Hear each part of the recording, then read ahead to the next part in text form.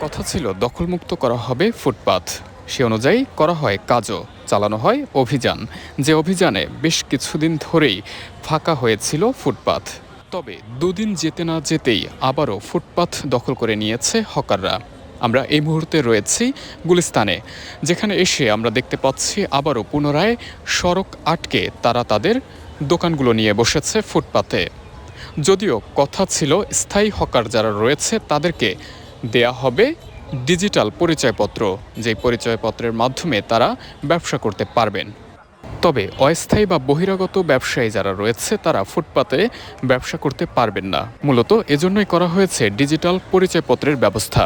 শুধুমাত্র এই পরিচয়পত্র তারাই পাবেন যারা স্থায়ীভাবে এই ফুটপাতে ব্যবসা করে আসছেন। বিষয়টি নিয়ে ব্যবসায়ীদের সাথে কথা বলতে গেলে তারা ক্যামেরার সামনে কথা বলতে রাজি হননি।